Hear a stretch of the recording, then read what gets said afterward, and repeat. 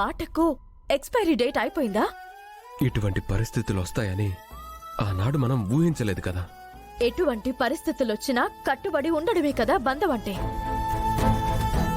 కట్టుకున్న దానిని కడ వరకు మర్చిపోకుండా ఉండడమే కదా ప్రేమంటే. నువ్వు నిర్ణయం తీసుకున్న తర్వాత నేను దాన్ని మార్చలేను గాని నా కోసం ఒక పని చేయి. ఇది ఆజ్ఞ కాదు, అర్థింపు. నిశ్చితార్థం అయ్యేంత వరకు ఇది నీ చేతికుంచు.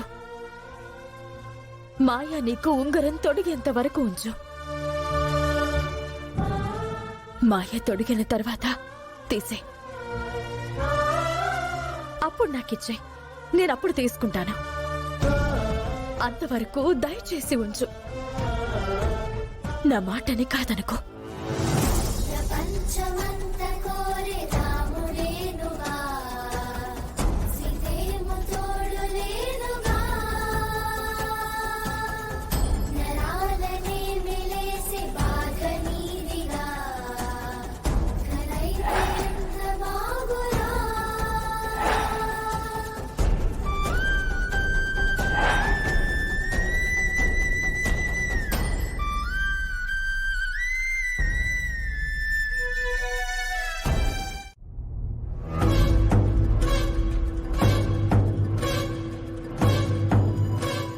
నమస్కారం అమ్మా.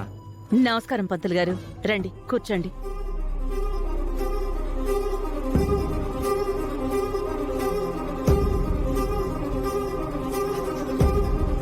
చెప్పండమ్మా. నిశ్చితార్థం ముహూర్తం పెట్టాలి.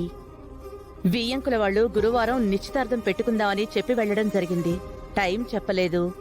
మా తరపున మేము కూడా మంచి ముహూర్తం చూపించుకోవడం మంచిది కదా అని మిమ్మల్ని పిలిపించాను.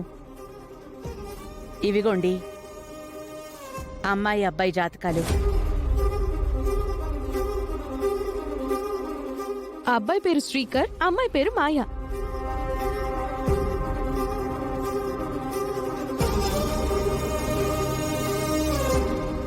మంచి ముహూర్తం చూడండి.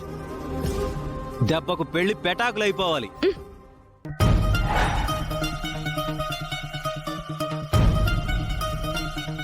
ఏంటయ్యా అంత మాట అన్నారు? ఆయన అంతే, నోటికి దురదెక్కువ. ఆ నోరుని కంట్రోల్ చేయలేక చేస్తున్నాం. అలా అని ఇంటి నుంచి బయటికి గెంటేలేకపోతున్నాం. ఎలా రకం అయిపోయాడు. మీరైతే మంచి ముహూర్తం చూడండి.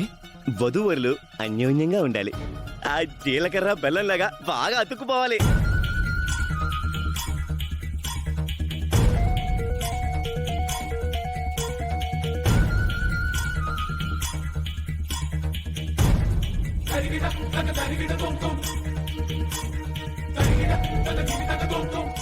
నా మేనకోడలకి అన్యాయం జరుగుతున్నా ప్రేక్షకుడినై చూస్తూ ఉండిపోవాల్సి వస్తుంది. దైవమే తనకి న్యాయం చేయాలి.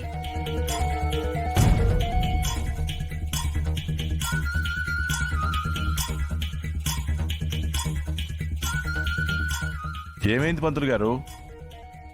ఏమైనా దోషాలు కనిపిస్తున్నాయా? అలాంటివేమైనా ఉంటే చెప్పండి. పెళ్లి క్యాన్సిల్ అయిపోతుంది. వీళ్ళు నా దగ్గర ఏదో నిజం దాచిపెట్టి ముహూర్తం చూడమంటున్నారు. అబ్బాయికి ముందే కళ్యాణం అయిపోయినట్టు జాతకం సూచిస్తుంది. జరగబోయే పెళ్లి వలన చాలా అనర్థాలు ఎదురవుతాయి. ఏం ఆలోచిస్తున్నారు పంతులు గారు? చెప్పండి. దోషం ఎందుకుంటుందండి? అమ్మా, ఇరువురి జాతకాలు పరిశీలించాను. ఇందులో ఏముందంటే అంతా మంచిగానే ఉండుంటుంది. ఎందుకంటే మేము జగన్మోహిని మాత దగ్గరకు తీసుకుని వెళ్లి చూపిస్తే జంట అద్భుతంగా ఉందని, పెళ్లి బ్రహ్మాండంగా జరుగుతుంది అని చెప్పింది. మీరాయన గొంతు నొక్కేయకండి. ఉన్నది ఉన్నట్టే చెప్పమని అంటుంది. ఇందులో గొంతు నొక్కేయడానికి ఏముంది? ఈ కుటుంబ పరిస్థితులను బట్టి చూస్తుంటే నేను నిజం చెప్పకపోవటమే మంచిది. వృత్తి ద్రోహం అయినా సరే తప్పదు. మీరు చెప్పండి పంతులు గారు. అమ్మా,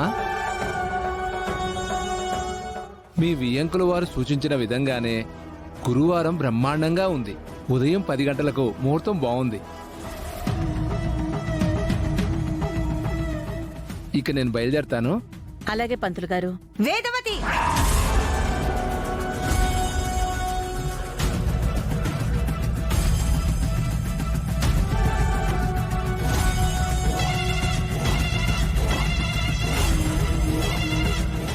లేడీ రెబల్ స్టార్ వాయిస్ అది.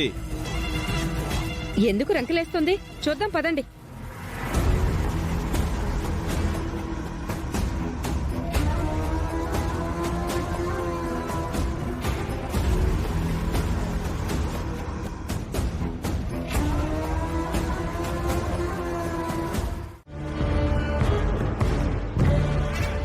రేపు అమావాస్య మన పూజలకు ఎంతో అనుకూలం. ఎటువంటి దైవశక్తులు మన పూజలను భగ్నం చేయలేవు. రేపు రాత్రికి నువ్వు మన స్థావరానికి చేరుకోవాలి. నేను పూజను చేసి తాయెత్తుని తయారు చేసి గుడి ప్రవేశానికి అడ్డులేని విధంగా అందులో శక్తిని నింపి నీకు కడతాను. ఈ రాత్రికి ఎట్టి పరిస్థితుల్లోనూ అడవికి వెళ్ళాలి. లేదంటే నిశ్చితార్థం సమయంలో గుడిలో నేను అడుగు పెట్టలేను.